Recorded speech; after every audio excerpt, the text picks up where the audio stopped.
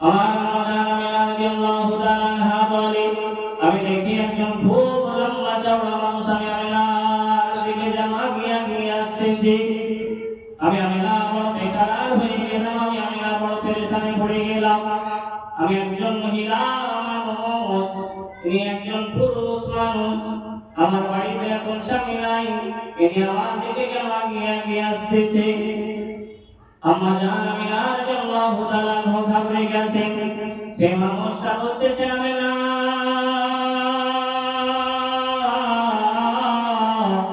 তোমার টেনশনের কোনো প্রয়োজন নাই, তোমার দুঃখের কোনো প্রয়োজন নাই।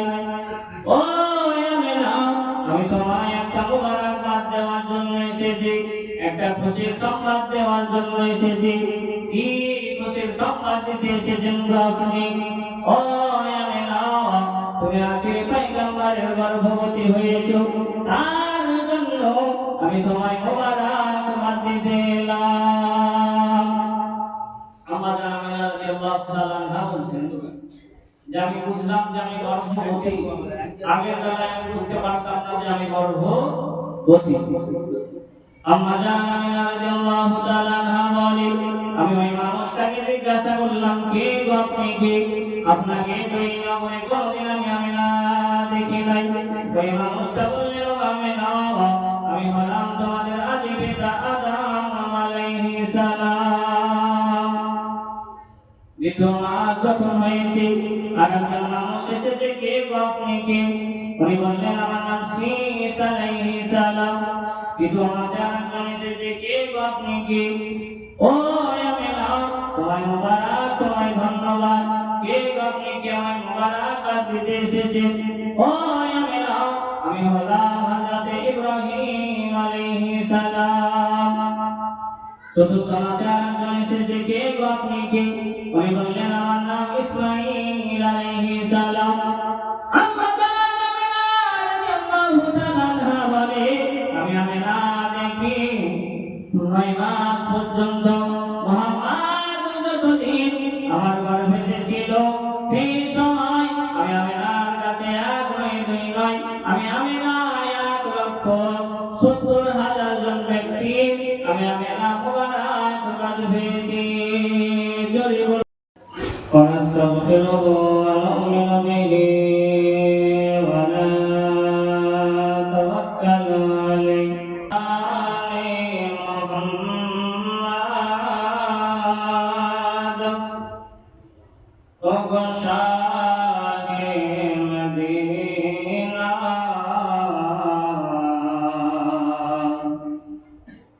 এলেন ত্রিভুবনে নবী কমলিওয়ালা। সুবহানাল্লাহ। এই পাকের মহব্বতে জোরে সোরে একটু বলুন সুবহানাল্লাহ। দুই হাত তুলে বলুন সুবহানাল্লাহ। শানে মুহাম্মদ ওগো শাহে মদিনা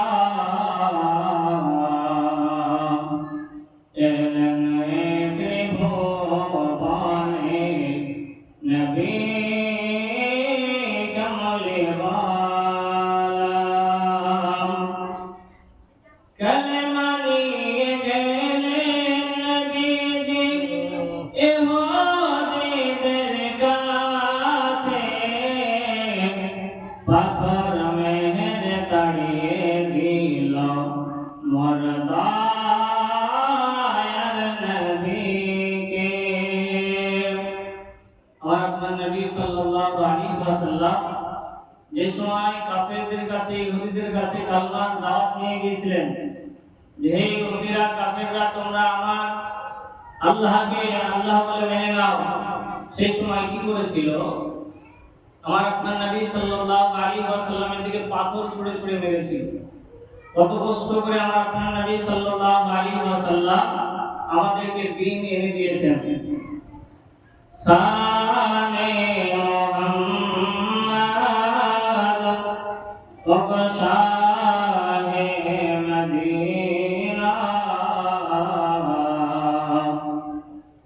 এলেন ত্রিভুবনে নবী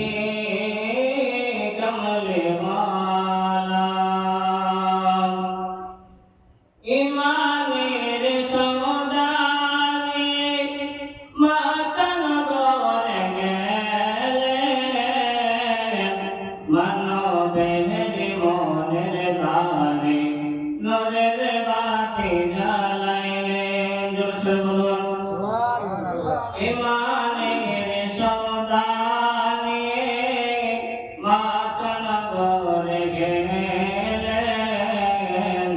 মানবের মনের দ্বারে নূরের বাতি জ্বালাইলেন।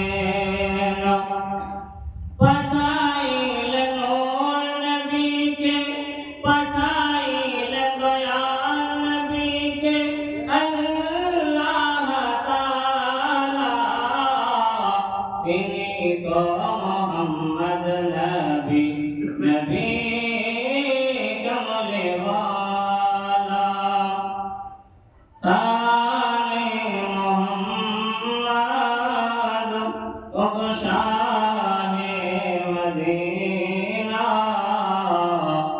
এলেন ত্রিভুবনে নবী কমলে ওয়ালা। কিয়ামত দিনে কঠিন মেহশারে, কিয়ামতের দিনে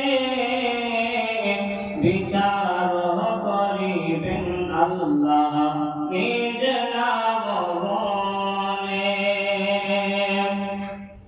কঠিন মেহশারে, কিয়ামতের দিনে বিচার করিবেন আল্লাহ নিজ নামে।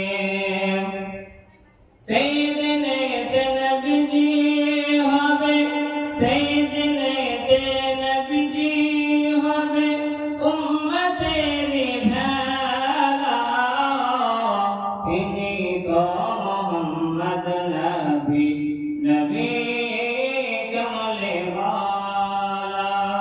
আল্লাহুম্মা সাল্লি আলা সাইয়্যিদিনা মাওলানা মুহাম্মদ ওয়া আলা আলি সাইয়্যিদিনা মাওলানা মুহাম্মদ সাল্লাল্লাহু আলা মুহাম্মাদিন সাল্লাল্লাহু আলা মুহাম্মদ। শেরে কালো পাক নবী মুহাম্মদ হরদম সমান শফিয়ানা মুহাম্মদ। আলহামদুলিল্লাহ। আপনারা সকলে একটু আগে এগিয়ে চলে আসেন। সমস্ত তারিফ প্রশংসা আরাধনা ও শ্রদ্ধা সেই মহান রব্বুল আলামিনের যিনি আপনাকে আমাকে সৃষ্টি করেছেন, আগে চলে আসেন, আপনারা আগে চলে আসেন, এবং আমাকে আপনাকে মুসলমান রূপে সৃষ্টি করেছেন। আলাদা কোনো ধর্মে নয়, আমাদেরকে পবিত্র ধর্ম ইসলাম ধর্মেতে জন্ম দিয়েছেন। যে আল্লাহ পাক আল্লাহ তাআলা আপনাকে আমাকে কুকর্ম কাজ থেকে বাঁচিয়ে রেখে সুস্থ রেখে এই পবিত্র মাজলিসে আসার এবং বসার, আমি অধমকে কিছু বলার তৌফিক দান করেছেন, সেই মহান রব্বুল আলামিনের প্রতি নির্দ্বিধায় নেকি পাওয়ার আশায় সকলে মিলে বলি আলহামদুলিল্লাহ। তারপরে পরে মামিন আল্লাহ মুরুদুল্লাহ মক্কার সরদার মাদানী কি তাজদার আহমদ মুখতার জনাব মুহাম্মদ রাসূলুল্লাহ সাল্লাল্লাহু আলাইহি ওয়াসাল্লামের প্রতি লক্ষ কোটি দরুদ সালাম শান্তি ন্যায় বর্ষিত হোক, যিনি আমাদের শুধু নবী নন, গাছপালার নবী, যিনি শুধু আমাদের নবী নয়, বাঘেরও নবী, যিনি শুধু আমাদের নবী নয়, ছাগল গরু সবারই নবী। সেই নবীকে সৃষ্টি না করলে আজ আসমান জমিন কিছুই সৃষ্টি করতো না। আমরা যে আজ পৃথিবীর বুকে চলাফেরা করছি সেটাও পারতাম না। সেই নবী পাক সাল্লাল্লাহু আলাইহি ওয়াসাল্লামের প্রতি সকলে মিলে উচ্চ আওয়াজে ভক্তি ভরে প্রাণ খুলে সুমধুর কণ্ঠে বলি আল্লাহুম্মা আমিন। বারাকাতুল্লাহ ইসলামিয়া, আপনাদের সম্মুখে আমি কালামুল্লাহ থেকে একটি আয়াত তেলাওয়াত করেছি। قد جاءكم من الله نور وكتاب مبين। अल्लाह पाक अल्लाह ताला फरमाता है कि तुम्हारे पास आ गया है एक नूर और एक रोशनदार किताब अल्लाह की तरफ से। বাংলা মিল্লাত ইসলামে আল্লাহ পাক আল্লাহ তাআলা বলেন যে তোমাদের কাছে একখানা নূর এবং একখানা রোশনদার কিতাব চলে এসেছে। কার পক্ষ থেকে? আল্লাহ পাক আল্লাহ তাআলার পক্ষ থেকে। এই নূর আর কিতাব নিয়ে যখন আমি তাফসীর দেখতে গেলাম, এই নূর আর কিতাব নিয়ে আমি যখন এই নূর এবং কিতাবের ব্যাখ্যা করতে গেলাম, সেই সময়তে বহু তাফসীরকারক বহু তাফসীরের কিতাবে বহু রকমের কিতাব নিয়ে যখন আমি কিতাব শব্দ নিয়ে যখন আমি তাহকিক করতে গেলাম, সেই সময়তে সমস্ত কিতাব যত তাফসীরের কিতাব আছে, তাফসীরে কাবির বলেন, তাফসীরে মাদারি বলেন, যত কিতাব আছে সমস্ত কিতাবের মধ্যে এই কিতাবের ব্যাখ্যায় তিনারা লিখছেন যে কিতাব বলতে আর অন্য কোনো কিতাব নাই, এক হচ্ছে আল্লাহর বিধান, যার নাম হচ্ছে আল কোরআন। জোরে সোরে বলুন সুবহানাল্লাহ। এই কিতাবকে বোঝানো হয়েছে, কিতাব বলতে কোরআনে পাককে বোঝানো হয়েছে। আর নূর নিয়ে আমি যখন তাফসীরের ভিতরে গেলাম, সেই সময়তে দেখতেছি যে বহু তাফসীরের কিতাবে বহু রকমের তিনারা মতভেদ প্রকাশ করেছেন, কিন্তু তাফসীরে কাবির নিয়ে আপনি তাফসীরে কাবির কথার অর্থ হলো বড়। কি কথা? কাবির কথার অর্থ হলো বড়, কিন্তু তাফসীরে কাবিরের মধ্যে বলছেন, নূরের ব্যাখ্যায় বলছেন যে নূরুন হুয়া মুহাম্মাদুর রাসূলুল্লাহ সাল্লাল্লাহু আলাইহি ওয়াসাল্লাম। নূর বলতে পৃথিবীর কোন লাইটের আলো, পৃথিবীর কোন বাল্বের আলোকে আল্লাহ পাক আল্লাহ তাআলা বোঝাননি। নূর বলতে স্বয়ং আমার নবী পাক সাল্লাল্লাহু আলাইহি ওয়াসাল্লামকে বুঝিয়েছেন। এই নবী পাক সাল্লাল্লাহু আলাইহি ওয়াসাল্লামের আগমন হচ্ছে 12 রবিউল আউয়াল। আজকে মাগরিব পর হয়ে গেল 13 রবিউল আউয়াল। যেহেতু আরবি মাস মাগরিবের পর থেকে শুরু হয়। এই নবী পাকের শানকে ছোট করার জন্য, এই নবী পাকের মানকে মর্যাদাকে ছোট করার জন্য আজ বহু মানুষ মাজায় গামছা বেঁধে লেগে গেছে যে নবী পাকের শানকে কিভাবে ছোট করা যায়। বাংলা মিল্লাত ইসলামে নবী পাকের জন্মদিন, নবী পাকের জন্মের ব্যাপারে জীবনী হবে, তার আগে আমাদেরকে দরকার যে ঈমানটা মজবুত রাখতে হবে। ঈমান যদি আপনার ভিতরে মজবুত হয়, তাহলে আপনি যদি আমল করেন সেই আমল কাজে দেবে। আর যদি আপনার ঈমানে গড়বড়ে হয়ে যায় তাহলে কোনো কাজে দিবে না। আপনি যতই সিজদা মেরে ওয়াটা ফেলে দেন না কেন। যেমন এখন ধরেন এই বিল্ডিংটা তৈরি করেছেন, এর নিচের দিকে ধরেন 5 ইঞ্চি গাঁথনি দিলেন, 5 ইঞ্চি গাঁথনি দিলেন, 5 ইঞ্চি গাঁথনি দিলেন, আর উপর দিকে দিলেন 10 ইঞ্চি। ঘর টিকবে? ঘর টিকবে না। যদি নিচের দিকে 10 ইঞ্চি দেওয়া যেত, তাহলে উপর দিকে যদি 5 ইঞ্চি দেওয়া যেত, তাহলে ঘরটা টিকে থাকতো। কিন্তু নিচের দিকে যদি 5 ইঞ্চি হয়ে যায়, ঘর নড়বড়ে হয়ে যাবে। বাইচান যদি ভূমিকম্প আসে, ঘর ভেঙে যাবে। তাই ঠিক ওই রকম ঈমান হচ্ছে আমাদের জড়। ঈমানকে আমাদের সর্বপ্রথম মজবুত করতে হবে।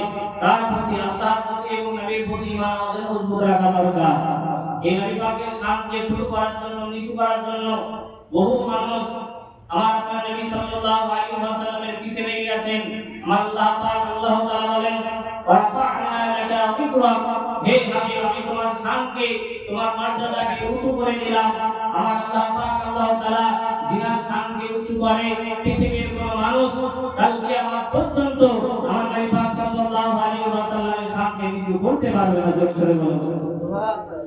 বাংলা মিল্লাত ইসলামিয়া লক্ষ্য করুন, যারা বলে যে নবী আমাদের মতো, লক্ষ্য করুন আবার কিছু কিছু মানুষ বলে যে নবী আবার কে, নবী আমার বড় ভাইয়ের মতো, নবী আবার কে, নবী আমারই মতো, এরকম কথা বলে না? বলে না? বাংলা মিল্লাত ইসলামিয়া তাদেরকে আমি ভালো করে বলবো যে লক্ষ্য করুন, আপনাদের জানাশোনা শুধু আপনারা ধ্যান দেন, জানাশোনা থাকলেও ধ্যান হয়তো দেন না। আমার আল্লাহ পাক আল্লাহ তাআলা যখন মুসা নবী বললেন যে হে আল্লাহ আমি তোমায় দেখতে চাই, আল্লাহ বললেন যে লান তারানি মুসা, তুমি আমায় দেখতে পারবে না। সেই সময় মুসা নবীর একটু জিদ বেশি ছিল। মুসা নবী বললেন যে আল্লাহ আমি তোমায় দেখবো। মুসা নবী আল্লাহ পাক আল্লাহ তাআলা বললেন যে মুসা তুমি দেখতে পারবে না। আল্লাহ পাক বললেন যে হে মুসা আমি আছি আল্লাহ, তোমার কি এটা বিশ্বাস হয় না? মুসা নবী বললেন যে আল্লাহ তুমি আছো আমার বিশ্বাস হয়, কিন্তু আমার একবার মন চাই যে আমি তোমাকে দেখি। এই চোখ দিয়ে আমি একবার তোমাকে দেখি। সেই সময় আল্লাহ পাক আল্লাহ তাআলা বললেন যে মুসা, তুমি যখন এতই করে বলছো তাহলে আজ সতুর পাহাড়ে এসো, আমার হালকা তাজাল্লি দেব। এই তাজাল্লি দেখে তুমি যদি সহ্য করতে পারো তাহলে দেখো। মুসা নবী তুর পাহাড়ে চলে গেলেন। যাওয়ার পরে মুসা নবী যখন তুর পাহাড়ে উঠবেন, এমন অবস্থায় মুসা নবী জুতো পরে তুর পাহাড়ে উঠছিলেন। আল্লাহ পাক আল্লাহ তাআলার আওয়াজ এলো, হে মুসা, তুর পাহাড়ে জুতো পরে নয়, জুতা খুলে তুমি তুর পাহাড়ে ওঠো। মুসা নবী তুর পাহাড়ে জুতা পরিধান করে নয়, জুতা খুলে তুর পাহাড়ে উঠলেন। এবার লক্ষ্য করুন, আমার আপনার নবী সাল্লাল্লাহু আলাইহি ওয়াসাল্লাম যে সময় মেরাজে যান, আল্লাহর সঙ্গে সাক্ষাৎ করতে যান, সেই সময় আমার আপনার নবী সাল্লাল্লাহু আলাইহি ওয়াসাল্লামের সঙ্গে জিবরিল আমিন আছে। আল্লাহ নবী সাল্লাল্লাহু আলাইহি ওয়াসাল্লাম জিবরিলকে বললেন, জিবরিল চলো। জিবরিল বলছে, ইয়া রাসূলুল্লাহ, ইয়া হাবিবাল্লাহ, এটা হচ্ছে আমার বর্ডার, এর আগে আমি আর যেতে পারবো না। আমি জিবরিল যদি এর আগে যাই, সমস্ত ডানা পুড়ে আমার ছারখার হয়ে যাবে। আমার নবী পাক সাল্লাল্লাহু আলাইহি ওয়াসাল্লাম সেখান থেকে আল্লাহ পাকের কাছে যাবেন। সেই সময় আমার নবী পাক সাল্লাল্লাহু আলাইহি ওয়াসাল্লাম জুতা মুবারক, নবী পাকের জুতাকে শুধু জুতা বলা যায় না, নবী পাকের জুতা মুবারক তিনি খুলছিলেন। এমন অবস্থায় আল্লাহ পাক আল্লাহ তাআলা আওয়াজ দিল, হে হাবিব, তোমাকে জুতা খোলার প্রয়োজন নাই, তুমি আমার আরশে আজিমে জুতা পরেই আসো। কেন? কারণ আমার এই আরশে আজিম তোমার জুতার ধুলা পাওয়ার জন্য ব্যাকুল হয়ে আছে, পেরেশান হয়ে আছে, যে মুস্তাফার কখন আমরা ধুলা পাবো, জুতার ধুলা। রাদা মিল্লাত ইসলামিয়া, আমার আপনার নবী সাল্লাল্লাহু আলাইহি ওয়াসাল্লাম আল্লাহ পাক আল্লাহ তাআলার সঙ্গে সাক্ষাৎ করতে গেলেন, আরশে আজিমে গেলেন জুতা পরিধান করে। এখান থেকে বোঝা কি যায় যে মুসা নবী আল্লাহ পাকের তাজাল্লি দেখার জন্য তুর পাহাড়ে উঠলেন জুতা খুলে। আমাদের নবী পাক সাল্লাল্লাহু আলাইহি ওয়াসাল্লাম আল্লাহ পাক আল্লাহ তাআলার সঙ্গে সাক্ষাৎ করতে গেলেন জুতা পরে। মুসা নবী তিনি যদি একজন নবী হয়ে, নবী হওয়ার পরে আল্লাহ পাক আল্লাহ তাআলা তিনাকে যদি আমাদের নবী পাক সাল্লাল্লাহু আলাইহি ওয়াসাল্লামের মতো না করে, সমান না করে, তাহলে সাধারণ মানুষ কেমন ভাবে বলতে থাকে যে আমরা নবীর মতো। মুসা নবী একজন নবী হওয়ার পরে আমাদের নবীর মতো হলে না, এই সাধারণ মানুষ বলে নবী আমার মতো। নাউযুবিল্লাহি মিন যালিক বলেন। গাদা মিল্লাত ইসলামিয়া জীবনী শুরু হবে। আমার আপনার নবী সাল্লাল্লাহু আলাইহি ওয়াসাল্লাম মায়ের গর্ভে আছেন, কিভাবে পৃথিবীর বুকে এলেন, কিভাবে তাইফ শহর গেলেন, এই বিষয়ে আলোচনা করব। ও চাঁদ তুমি বলে দাও, আমার নবীজি কোথায়? জোরে বলুন সুবহানাল্লাহ। ও চাঁদ তুমি বলে দাও, আমার নবীজি কোথায়? কোথায় গেলে পাবো নবীকে? কোথায় গেলে পাবো নবীকে? পাক নবীজির রওজায়। ও চাঁদ তুমি বলে দাও, আমার নবীজি কোথায়? চলুন গাদা মিল্লাত ইসলামিয়া, চলুন আগে যাওয়া যাক। আর আপনার নবী সাল্লাল্লাহু আলাইহি ওয়াসাল্লাম যখন আম্মাজান আমিনা রাদিয়াল্লাহু তাআলা আনহার গর্ভে এসেছেন, সেই সময় আম্মাজান আমিনা রাদিয়াল্লাহু তাআলা আনহা বলেন, আমি দেখিনি যে একজন খুব লম্বা চওড়া মানুষ আমি আমিনার দিকে যে আগিয়ে আসতেছে, প্রায় লম্বাতে 60 হাত, চওড়া 36 হাত। কত হাত বললাম? লম্বাতে 60 হাত, চওড়াতে 36 হাত। আমার সঙ্গে একটু এস নয় হ্যাঁ হ্যাঁ দিবেন, তাহলে আমাকে বলতে ভালো লাগবে। যদি আপনারা এইরকম করেন তাহলে তো আমার ভালো লাগবে। গাদা মিল্লাত ইসলামিয়া, এখন যদি ওই মানুষ 60 হাত লম্বা আর চওড়া হচ্ছে 36 হাত, ওই মানুষ যদি এখন এখানে আসে কি মনে হবে? টাওয়ার আসছে মনে হবে। এত বড় মানুষ যদি আমাদের মুখে আসে মনে হয় টাওয়ার আসছে, আর বসতে দেওয়ার এখানে জায়গা হবে? বসতে দিতে গেলে এতক্ষণ নিয়ে জায়গা চলবে আর মাথায় ছাদে ঠেকে যাবে, বসতে দেওয়ার জায়গা হবে না। আমার মাদান আমিনা রাদিয়াল্লাহু তাআলা আনহা বলে, আমি দেখি একজন খুব লম্বা চওড়া মানুষ আমি আমিনার দিকে যেন আগিয়ে আসতেছে। আমি আমিনা বড় বেকার হয়ে গেলাম, আমি আমিনা বড় পেরেশানি পড়ে গেলাম। আমি একজন মহিলা মানুষ, তিনি একজন পুরুষ মানুষ, আমার বাড়িতে এখন স্বামী নাই, ইনি আমার দিকে কেন আগিয়ে আসতেছে? আম্মা জান আমিনা রাদিয়াল্লাহু তাআলা আনহা ঘাবড়ে গেছেন। সেই মানুষটা বলতেছে, আমিনা